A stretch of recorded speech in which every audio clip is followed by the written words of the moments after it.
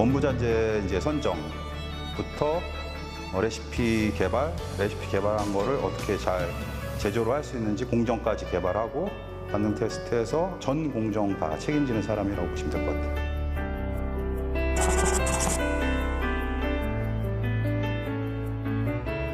체코 브루마스터한테 기술을 이제 사사받고 제 스승님이죠. 스스로 또 연구하고 경험을 쌓으면서 지금까지 왔습니다. 경력은 한 20년 정도 보시면 될 것 같습니다.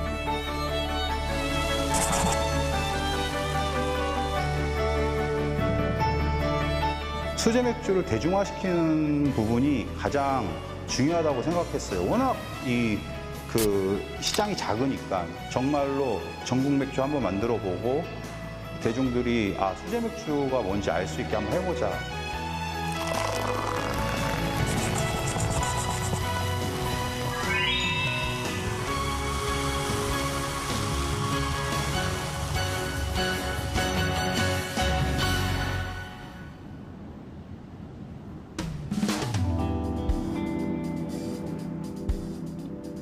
수제 맥주 제조업체 세븐브로이. 중견기업 대한제분의 콜라보 제안은 양쪽 모두에게 기회였습니다. 세븐브로이의 맥주에 곰표 상표를 쓰고 대한제분은 사용료를 받는 협업. 곰표 밀맥주에 대한 시장 반응은 뜨거웠습니다. 품귀 품절 상태는 구매 욕구를 더 부추겼습니다.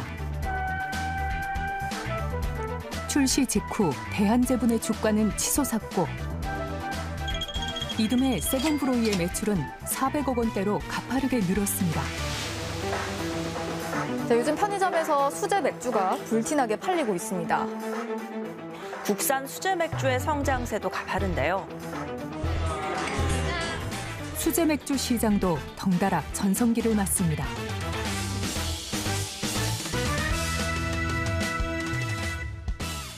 그런 핵심 영업 비밀을 대한제분에 요청해 순순히 넘겨준 이유가 무엇입니까?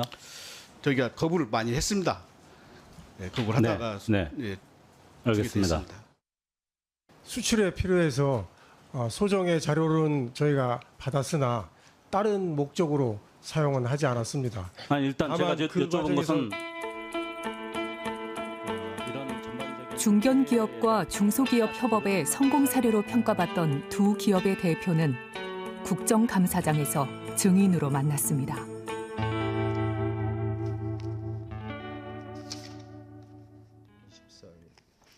곰표 맥주를 개발한 브루마스터 김희상 씨. 그가 매년 써온 수첩에는 수제 맥주 개발과 제조 과정이 기록돼 있습니다. 나중에 나처럼 고생하지 않게 후배들은 좀 이거를 알려주고 교육도 해주고 그래야 되겠다 싶어서 그냥. 곰표 맥주 출시 과정도 고스란히 남았습니다. 대한제분의 밀가루를 사용하자는 아이디어부터 밀맥주로 스타일을 잡고 사용할 효모와 과일 향을 내는 첨가물에 대한 고민까지. 이제 원부자재 같은 경우 이제 수입 제품들이 많다 보니까 각기 이제 배로 오는 것도 있고 날짜나 이런 것들이 빠듯하기 때문에 제품의 완성도는 100% 지켜내면서 거기에 날짜를 맞추는 거 그런 것들이 좀 가장 인상적으로 남았던 것 같아요.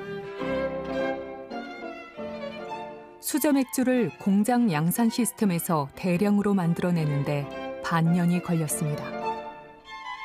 우리가 샘플을 실험실에서 만들었을 때 좋다 했던 맥주들이 실제로 본 설비에 올라갔을 때 그렇게 안 나오는 경우가 많아요. 그랬을 경우에는 공정을 바꿔야 됩니다.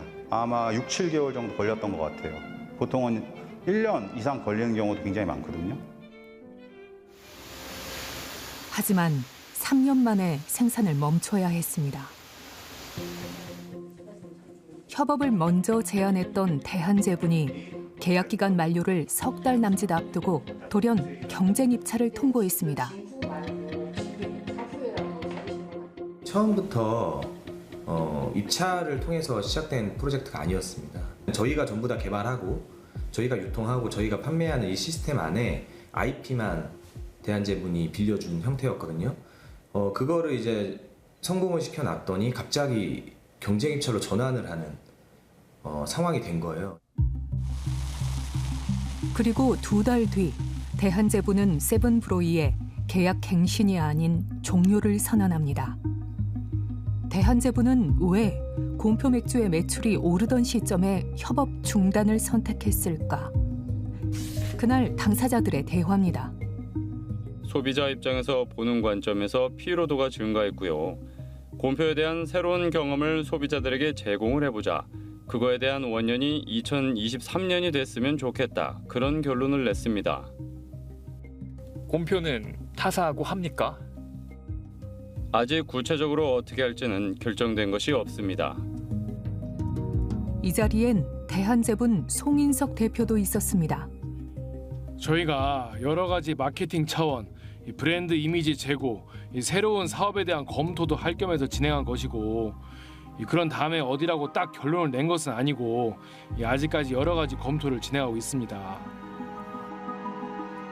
곰표 맥주 의존도가 높았던 세븐브로이로서는 받아들이기 어려운 결정이었습니다.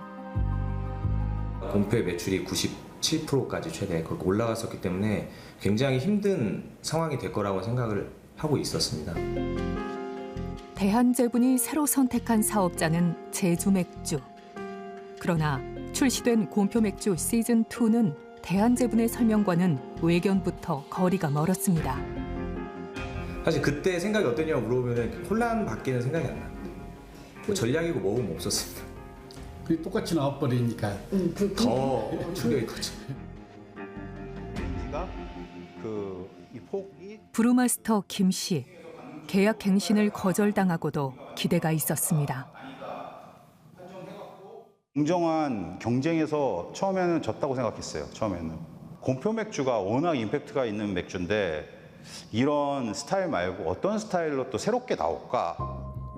그러나 기대는 무너졌고 김 씨는 분노했습니다. 곰표 맥주 용기밖에 못 담아요. 공전의 히트를 기록한 제품을 예를 들어서 이제 끝내고 시즌2 우리 새로운 모습으로 가겠다. 좋습니다. 그럴 수도 있죠. 그건 그들의 선택이니까. 이거 무슨 시즌1이랑 2랑 뭐 구분할 수 없을 정도로 유사하게 이렇게 만들어서 그리고 이른바 레시피 전쟁이 시작됐습니다. 대한제부는 곰표 맥주 시즌1과 시즌2가 전혀 다른 맥주라고 주장합니다. 그러면서 한 언론이 진행한 블라인드 테스트 결과를 근거로 제시했습니다. 하지만 김 씨의 생각은 다릅니다. 제가 밀맥주에 쓰는 효모를 안 썼거든요. 그런 향이나 이런 맛들이 국내 소비자들한테 호불호가 있어요. 저는 처음에 이 곰표 밀맥주 디자인할 때 저는 바이젠 효모, 정통 밀맥주 효모는 안 쓰겠다. 다른 걸 쓰겠다고 생각을 하고 개발을 시작했거든요. 김 씨가 곰표 맥주에 사용한 효모 B134. 프랑스 업체가 생산하는 양조용 효모입니다. 업체 홈페이지에도 탄산 함유량이 높고 과일 향이 강한 세종 스타일 맥주에 쓴다고 돼 있습니다. 이 효모를 수입하는 국내 업체는 한 곳. 이걸 세종 만드는데 안 쓰고 그 휘트 에일로 이렇게 사용한 사례는 하여튼 그 곰표가 처음이었고요. 그런데 곰표 밀맥주 시즌2도 이 효모를 똑같이 사용합니다. 제주 맥주에서 발주해서 공급을 받아가는 게 최초가 언제인지도 확인이 가능한가요, 그러면?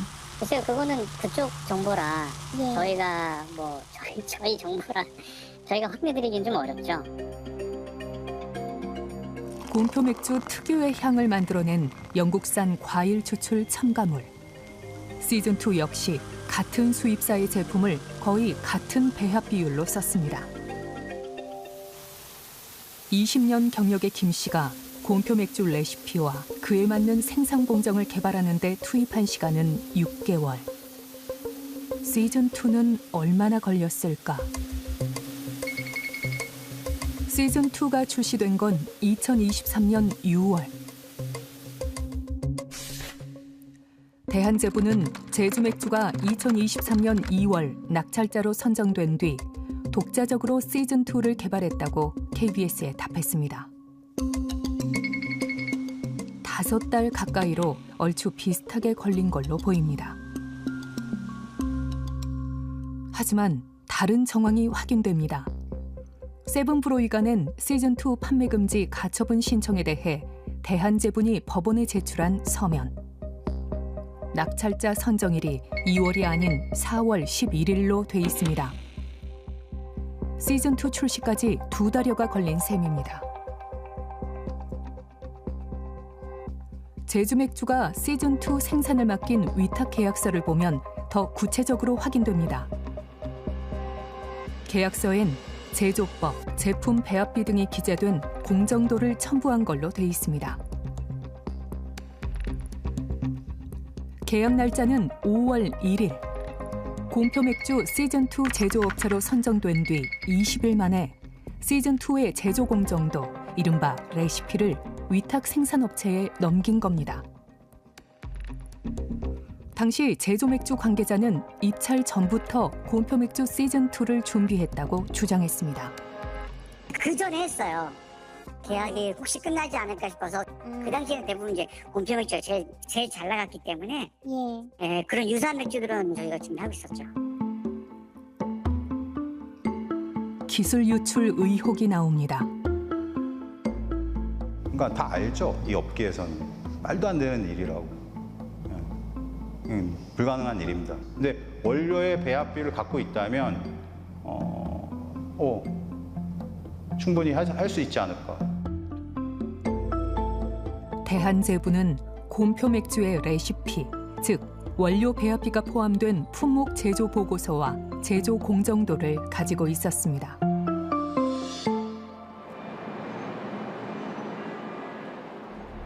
상표를 빌려주고 그 대가로 로열티만 받던 대한제분. 계약 1년 뒤 곰표맥주의 매출이 늘자 수출용을 납품받겠다며 계약 변경을 요구했습니다. 주류 수출 면허도 받습니다. 주류 판매는 대한제분의 본연의 사업이 아니었잖아요. 1차 계약은 라이선스 계약이 맞다라고 보여지고요. 두 번째 계약에서는 세븐브로이한테 위탁을 하고 제조 위탁을 하고 납품을 해달라고 하는 행위였기 때문에 이것은 전형적인 하도급 계약으로 보여집니다. 이 과정에서 대한제부는 수출거래처 명단과 맥주 레시피를 요구했고 김 씨는 반대했지만 결국 내줄 수밖에 없었습니다. 상식에 맞지 않는다고 해야 되나? 뭐 과학자나 아니면은 뭐 엔지니어한테 설계 도면을 달라 이런 거랑 똑같은 얘기니까 협업하는 대한제분이랑 관계가 굉장히 중요했고 그러니까 저희 스스로가 몸조심을 할 수밖에 없는 거예요. 중소기업 기술 유출을 규제한 하도급법 위반 가능성이 제기됩니다. 하도급법이 적용이 되는 경우에 중기업이나 대기업, 원사업자가 수급사업자에게 기술 자료를 요구를 할 때는 하도급법 제12조의 3에 따라서 명시적으로 이 기술 제공을 받을 목적 그리고 받으면서 줄 대가 이런 것들에 대해서 기재를 한 서면을 교부를 해야 됩니다. 이에 대한제부는 일본 수출을 위해 해당 자료를 받은 것일 뿐 이를 제주맥주에 전달한 적이 없다고 주장합니다. 시즌2 개발도 제주맥주가 전담했다며 세븐브로이와의 계약은 하도급법 적용 대상도 아니라는 입장입니다.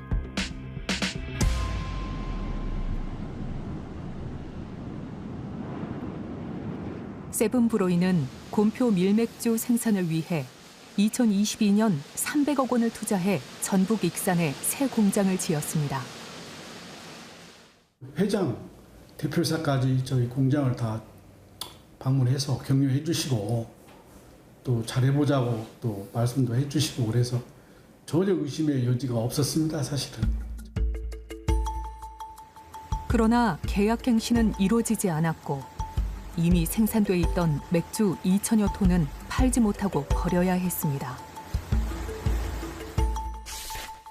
재고 판매 기간으로 6개월이 보장돼 있었지만 대한제부는 계약 종료 시점에 캔과 병에 담지 않은 저장 맥주를 재고로 보지 않았기 때문입니다. 상대방이 계약이 체결될 거라는 정당한 신뢰를 만약에 이쪽에서 부여를 한 경우에는 그 신뢰에 대한 이익 배상을 사실 해줘야 되고, 저장주 역시 내가 이 신뢰를 위해서 이미 지출한 비용으로 볼 수가 있거든요.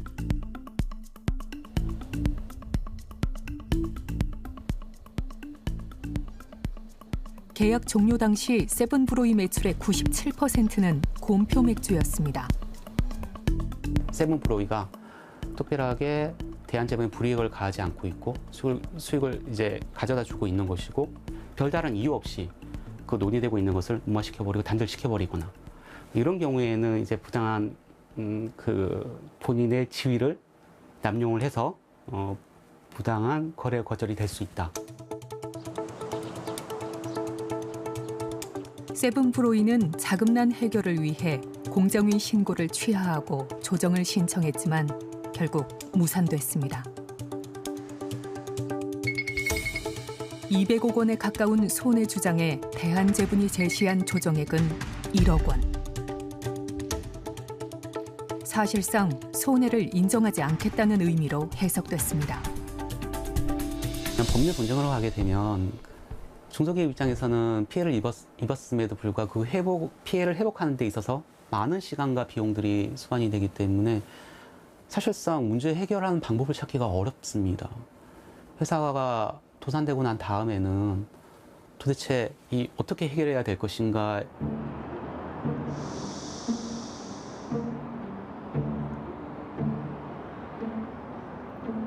지난해 국회 국정감사에 출석한 송인석 대한제분 대표. 상생과 협력을 약속합니다. 그러니까 빨리 개선 조치를 하고 적극적으로 협력하십시오, 증인. 네, 알겠습니다. 좋은 합의가 될 수 있도록 노력하겠습니다.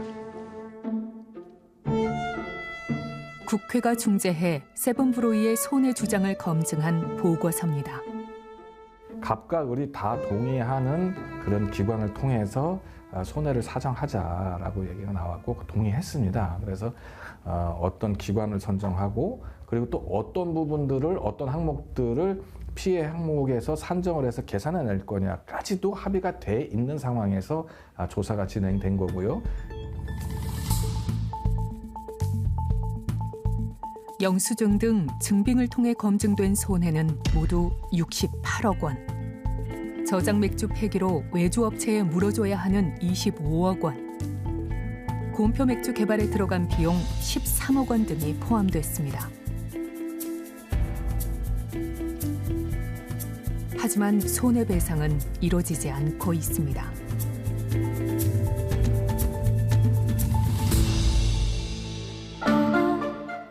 상표 콜라보가 트렌드가 돼 넘쳐나는 시대. 곰표 맥주 사건은 과제를 남겼습니다.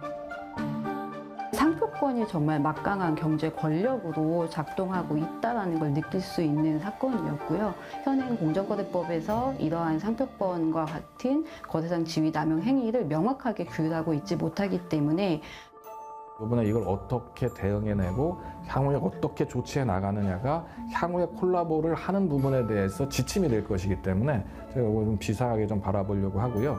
입법이 가능한 부분도 디테일하게 한번 더 따져보도록 하겠습니다. 상표 계약에서도 영업비밀 요구, 거래 배제와 같은 지위남용 유형을 관련 법령에 명문화하는 것은 물론 계약갱신 때 일방적인 경쟁 입찰 전환을 제한해야 한다는 의견이 나옵니다. 갑은 경제적 이익을 볼 수밖에 없고, 을은 자신이 어떤 개발에 있었던 노력과 비용들을 보상받지 못하는 전형적인 구조인 거죠. 사실 갑의 입장에서는 가장 편리하게 을의 어떤 기술, 또 그리고 이후에 거래 비용을 싸게 만드는 방법이죠.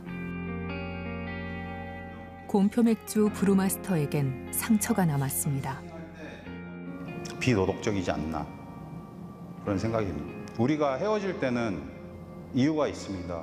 저희가 성과를 못 냈거나 문제가 있거나 굉장히 많이 대한제분도 홍보가 됐고 곰표맥주가 이슈가 됐는데 그런 성공을 가져다준 회사를 이런 식으로 한다는 것 자체가 좀 저는 이해가 안 갔어요. 대한제부는 최근 세븐브로이에 합의안을 전달했습니다. 배상 30억 원, 그리고 올해 말 제주맥주와 계약 기간이 끝나면 곰표맥주 시즌3의 상표 사용 계약을 하자는 거였습니다. 세븐브로이는 터무니없는 합의안으로 국회를 배제한 채 합의할 수 없다며 지난주 법원에 기업 회생 절차를 신청했습니다.